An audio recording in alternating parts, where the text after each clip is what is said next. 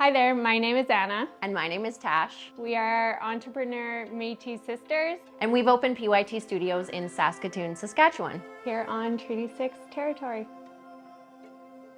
It was my dream for a long time to have a salon. I've been doing hair for a lot of years. And then for me, I bought clothing for a retail store, and then I got pregnant with my little guy, and then I decided to start doing nails. I was like, I want to be a full-time mommy, but I want to work from home and make money as well and just be there for my kiddo, and then ended up working in the same studio as my sister. I think it was my dream, but I didn't really know if I had the confidence to do it.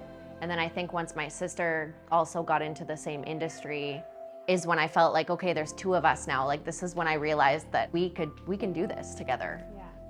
For people who I guess aren't in the beauty industry or hairstylists or whatever, I mean, you can be like a commission-based stylist or you can be a chair renter. So for my sister and I, we were both chair renters. So essentially, you kind of are running your own biz. You have to, you're paying for everything yourself, you're buying your own product, and you're paying for your chair and whatever. So it's kind of like, okay, we're at the very last step, you go through commission, you go through different parts, you end up being a chair renter. What's next?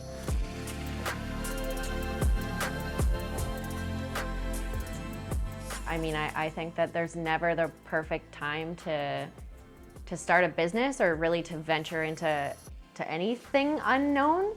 I was talking with Anna yesterday about how I still sometimes feel a bit of imposter syndrome. I know I'm an entrepreneur, we know we're entrepreneurs, but sometimes I'm like, I don't really believe it. And I remember when we were even building the salon, we were like, what are we doing? This is, and sometimes that did feel like a setback because every step was a learning process. We've never done this before. I think we already knew that we could create something together because we have been through life together already, right? We've worked through a lot of obstacles being sisters and being a family. Yeah. And so there's nothing we can't get through because we've gone through life. So we jumped right into it, full throttle. Honestly, I feel like it was just we have this opportunity. We cannot miss this opportunity. Yeah, we were on a camping trip. This space had come available. Our friends messaged me and told us that they were moving out. And we were like, oh my God, it's kind of the craziest time, but we're in love with this space and we're just we have to do it. Yeah. We just have to do it. We started scrambling because we wanted the space, but we also didn't have any funds to open a space. We don't come from a family with money. We've heard that there were opportunities out there when it comes to, funding or loans or grants, so we just started researching while we were on a camping trip, and then we found CCDF.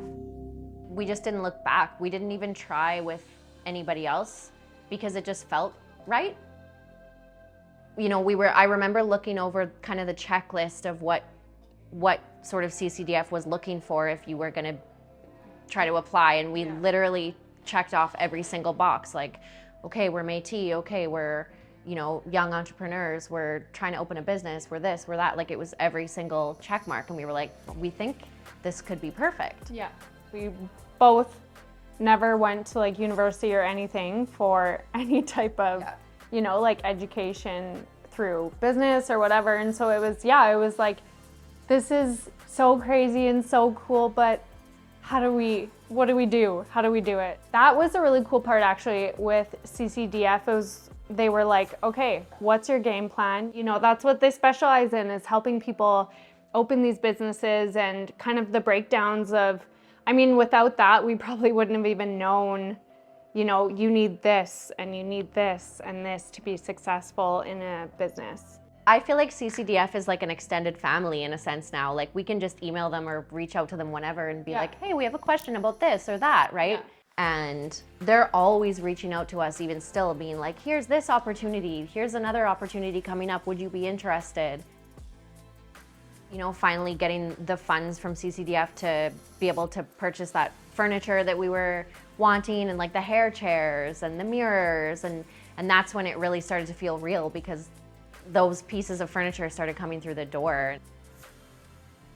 There was a little art studio next door, and we were already busy and feeling like we were successful, and so we decided to take a chance, and we reached out to CCDF again, and we were like, we know this is crazy, but we're ready to expand. Trust us. And so CCDF believed in us, and then we decided to take over the space next door, and we knocked out a wall, and then we went from 3 hair chairs to 6 hair chairs. So we very quickly expanded within that first year and a half into double the size. Honestly, being able to access what we have through CCDF didn't just make this process seamless, but we wouldn't have had product on our shelves. We wouldn't have had 5 busy chairs, 6 busy chairs in the hair side. So it didn't just make it seamless, it made it possible. I feel like it checked off everything that we needed. There wasn't a need to go elsewhere because, I mean, yeah, we got loans, we got the funding, grants, and CCDF has supported us in so many ways. It's a two-way street, but you feel so much support with them.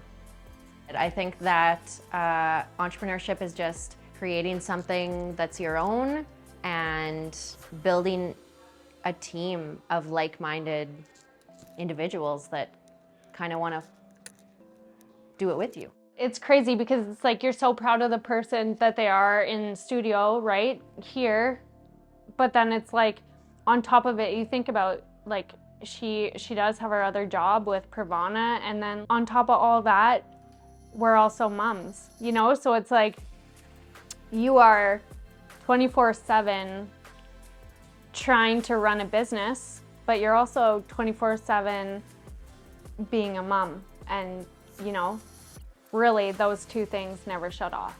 I think a big part and a super cool part of opening the salon is that it was like, you know what, we have these skills, we can make people feel beautiful, we can make them feel good. What more can we do? How else can we help? Well, let's open a trans care fund. That's not something that, you know, salons do. And like, why not help people? It's been really cool to just make this space for ourselves and everyone around us, but also like take it outside and be helping more people than just doing hair or just doing nails. What's in the walls. Yeah. We really didn't want people to think we're just these two, you know, like rich girls that are gonna move in and open a salon, and we don't come from money. We, you know, we've worked really hard to get where we're at, and we appreciate this community, and here are some ways that we can give back. Yeah. You know, thank you for having us.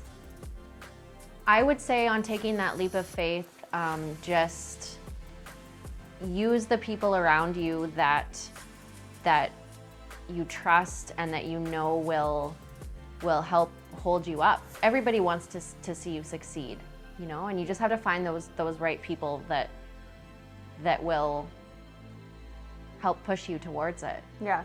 And yeah, again, I feel like that if that's family and friends, that's awesome. And if it's literally reaching out in an email to CCDF, you know they have your back too.